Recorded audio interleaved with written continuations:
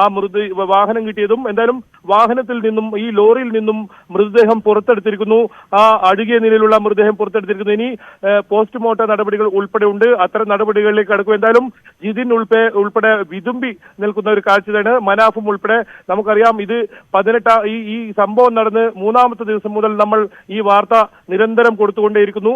അപ്പോഴും ഒരു രക്ഷാദൌത്യമായിരുന്നു തുടക്കത്തിലെങ്കിൽ പിന്നീട് അത് രക്ഷാദൌത്യമല്ല, എന്തു സംഭവിച്ചു അർജുൻ ഉൾപ്പെടെ ഈ 3 പേർക്ക് എന്ന ഒരു ചോദ്യമായിരുന്നു. ഏതായാലും അതിന് ഉത്തരമായിരിക്കുന്നു. അപ്പോഴും ഇനിയും 2 പേരെ കണ്ടെത്താനുണ്ട്. നേരത്തെ സജിത് പോലെ തന്നെ പറഞ്ഞതുപോലെ തന്നെ ലോകേഷും ജഗന്നാഥും അവരെയും കണ്ടെത്തേണ്ടതുണ്ട്. എന്തായാലും നമ്മൾ അർജുൻ എന്ന ആ ഒരു ചോദ്യം അത് ആ ചോദ്യത്തിന് ഇപ്പോൾ ഉത്തരം ലഭിച്ചു എന്ന് തന്നെ പറയാം. എന്നാലും ആ വാഹനത്തിന്റെ ദൃശ്യങ്ങൾ നമുക്ക് നോക്കിയാൽ തന്നെ കാണാം. അതിന്റെ ക്യാബിൻ വലിയ തോതിൽ കേടുപാടുകൾ സംഭവിച്ചിട്ടുണ്ട്. പക്ഷേ അതിനുള്ളിൽ ആ വാഹനത്തിന്റെ അകത്ത് തന്നെ അർജുൻ ആ അപകടം സംഭവിക്കുമ്പോൾ ആ ലോറിക്കകത്ത് തന്നെ ഉണ്ടായിരുന്നു എന്നതാണ് ഇപ്പോൾ ഈ ദൃശ്യം നമുക്ക് പറഞ്ഞു തരുന്നത്. ആ ദൃശ്യത്തിൽ നിന്നും നമുക്ക് കാണാം അത് ആ മൃതദേഹം ഇപ്പോൾ ആ ബോട്ടിലേക്ക് മാറ്റി. ഏതായാലും സതീഷ് സൈൽ MLA അദ്ദേഹം അല്പസമയത്തിനകം അദ്ദേഹം ഇപ്പോൾ കരയിലേക്ക് ബോട്ടിലൂടെ വന്നുകൊണ്ടിരിക്കുകയാണ്. അദ്ദേഹം ആ വാർത്താ സമ്മേളനം ഏതായാലും അദ്ദേഹം ഇപ്പോൾ അല്പസമയത്തിനകം ഉണ്ടാകും. ഏതായാലും ഇനി നാട്ടിലേക്ക് ഈ മൃതദേഹം കൊണ്ടുവരാനൊക്കെയുള്ള നടപടികളും ആ വീട്ടിൽ അറിയാം. നമുക്കറിയാം ആ വീട്ട് കഴിഞ്ഞ ദിവസം അഞ്ജുവായി നമ്മൾ സംസാരിക്കുന്നു. അഞ്ജു പ്രധാനമായും പറഞ്ഞത് അർജുൻ അവസാനമായി ചിലവഴിച്ച ആ സ്ഥലം ഒന്ന് കാണണമെന്ന് തന്നെയായിരുന്നു. അതിനായി താൻ വന്നതാണ്. 2 ദിവസത്തേക്ക് വന്ന അഞ്ജു 4 ദിവസം അവിടെ തങ്ങിയതിനു ശേഷം വളരെ വിഷമത്തോടു കൂടിയാണ്, വളരെ വേദനയോടു കൂടിയാണ് തിരിച്ചു പോയത്. ഒരു പക്ഷേ ഈ ദൗത്യം അവസാനിപ്പിക്കുമെന്ന് വരെ ഒരു തോന്നലുണ്ടായിരുന്നു. കാരണം ശക്തമായ മഴ, ഇന്ന് റെഡ് അലർട്ടാണ്. ആ പ്രതികൂല കാലാവസ്ഥയിലും ഈ തിരച്ചിൽ നടത്തി. ഇതിൽ സൂപ്പർ ഹീറോ എന്ന് നമുക്ക് പറയേണ്ടത് ഈ Karwar MLA Satish retired major general M Indrabalan ഇപ്പോൾ നമ്മോടൊപ്പമുണ്ട്. സർ, ഒരുപാട് സന്തോഷം. താങ്കൾ കണ്ടെത്തിയ പോയിന്റ് തന്നെയല്ലേ ഈ പറയുന്ന CP2? യെസ്, അത് ശരിയാണ്. നമുക്ക് CP2 അത് കിട്ടിയതിൽ വളരെ സന്തോഷമുണ്ട്, വളരെ സാറ്റിസ്ഫാക്ഷൻ ഉണ്ട്. നമ്മുടെ ടെക്നോളജി വർക്ക് ചെയ്തിട്ട് we were able to help very genuine cause. പിന്നെ നമുക്ക് അർജുനനെ കണ്ടുപിടിക്കാൻ പറ്റി, ട്രക്ക് കണ്ടുപിടിക്കാൻ പറ്റി. I think full Kerala was eagerly waiting for this day to happen. And ദൈവത്തിന്റെ അനുഗ്രഹം കാരണം നമുക്ക് ഇതെല്ലാം ചെയ്യാൻ പറ്റി. ഉറപ്പായും അന്ന് തന്നെ താങ്കൾക്ക് ഒരു പ്രതീക്ഷ ഉണ്ടായിരുന്നു അവിടെ തന്നെയാണ് അത് മൂവ് ചെയ്ത് പോകുമെന്ന് കരുതിയിരുന്നു എപ്പോഴെങ്കിലും? അല്ല, അങ്ങനെയല്ല.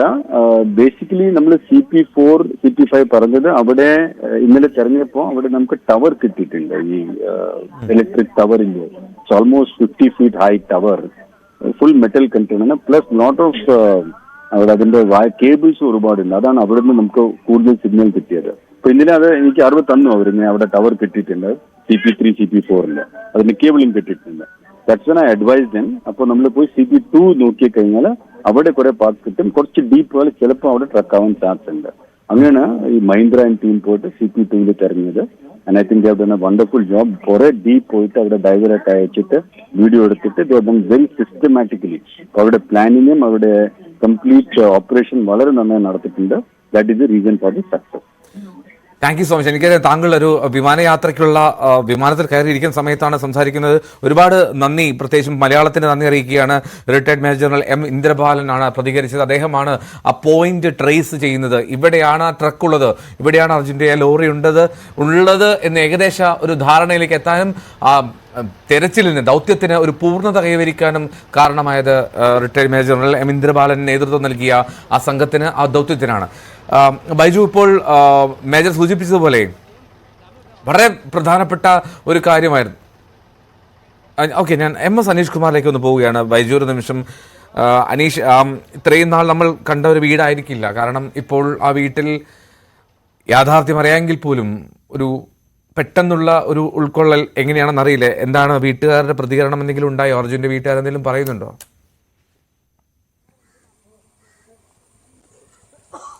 എൽദോ, ഇപ്പോൾ അർജുൻ്റെ കുടുംബം ഇക്കാര്യത്തിൽ ഒരു പ്രതികരണത്തിന് തയ്യാറായിട്ടില്ല. കാരണം അവരൊരു പ്രതികരിക്കാൻ കഴിയുന്ന ഒരു മാനസികാവസ്ഥയിലല്ല എന്ന് നമുക്കറിയാൻ കഴിയും. കാരണം കഴിഞ്ഞ ഇത്രയും ദിവസങ്ങളായി തന്നെ ഈ തിരച്ചിൽ നടക്കുമ്പോഴും ജീവനോടെ ലഭിക്കില്ല എന്നൊരു പ്രതീക്ഷ അല്ലെങ്കിൽ അങ്ങനൊരു കണക്കൂട്ടലുണ്ടെങ്കിൽ പോലും ഈ മൃതശരീരം കണ്ടെത്തി കഴിഞ്ഞപ്പോൾ അക്ഷരാർത്ഥത്തിൽ ഒരു വലിയൊരു വിഷമത്തിൻ്റെ കയത്തിലേക്ക് ആ കുടുംബം വീണിരിക്കുകയാണ്. അമ്മയും അടക്കമുള്ള ആളുകളെല്ലാം ആ കുടുംബത്തിലുണ്ട്. അഞ്ചു അടക്കമുള്ള ആളുകൾ ഈ വീട്ടിൽ തന്നെ ഉണ്ട് എന്ന് നമുക്ക് അറിയാൻ കഴിയുന്നു. പക്ഷേ അവർ ഇതുവരെ പുറത്തേക്ക് ആരും ഇറങ്ങുകയോ മാധ്യമപ്രവർത്തകർ വീടിനുള്ളിലേക്കോ മറ്റോ പോയിട്ടുമില്ല. അയൽവാസികളായ ചിലരും ബന്ധുക്കളുമൊക്കെ ഇപ്പോഴും ഇവിടേക്ക് വന്ന് അകത്തേക്ക് പോകുന്നുണ്ടായിരുന്നു. ഒപ്പം മൃതശരീരം ഇങ്ങോട്ട് കൊണ്ടുവരുന്നതും മറ്റ് നടപടിക്രമങ്ങളൊക്കെ ചെയ്യുന്നുണ്ട്. അതിൻ്റെ ഒരു തയ്യാറെടുപ്പൊക്കെ വീട്ടിൽ തുടങ്ങിയതാണ് മനസ്സിലാക്കാൻ കഴിയുന്നത്. ഇപ്പോൾ മാധ്യമങ്ങളെ കാണുന്നതിനോ അല്ലെങ്കിൽ ആരോടെങ്കിലും ഇക്കാര്യത്തിൽ എന്തെങ്കിലും സംസാരിക്കുന്നതിനോ കഴിയാത്ത ഒരു അങ്ങേയറ്റം തകർന്ന ഒരു മാനസികാവസ്ഥയിൽ തന്നെയാണ് ഈ കുടുംബമെന്നാണ് നമ്മളോട് അറിയിച്ചിരിക്കുന്നത്. അതുകൊണ്ട് നമ്മൾ തീർച്ചയായും അവരുടെ ഒരു പ്രതികരണത്തിന് വേണ്ടി അല്ലെങ്കിൽ അവർക്ക് എന്താണ് പറയാൻ ഉള്ളതെന്ന് അവർ പറയുമ്പോൾ നമുക്ക് ജനങ്ങളിലേക്ക് എത്തിക്കാൻ കഴിയുന്ന രീതിയിൽ കാര്യങ്ങൾ നോക്കാം. എന്തായാലും ബന്ധുക്കളടക്കമുള്ളവർ അർജുൻ്റെ വീട്ടിൽ ഇപ്പോൾ ഉണ്ട്.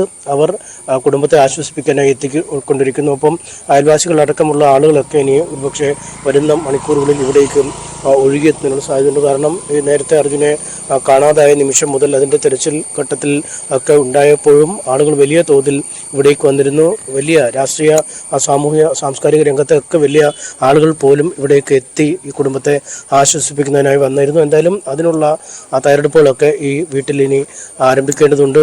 എന്തായാലും അവരുടെ ഒരു കാത്തിരിപ്പ് അവസാനിച്ചിരിക്കുന്നു.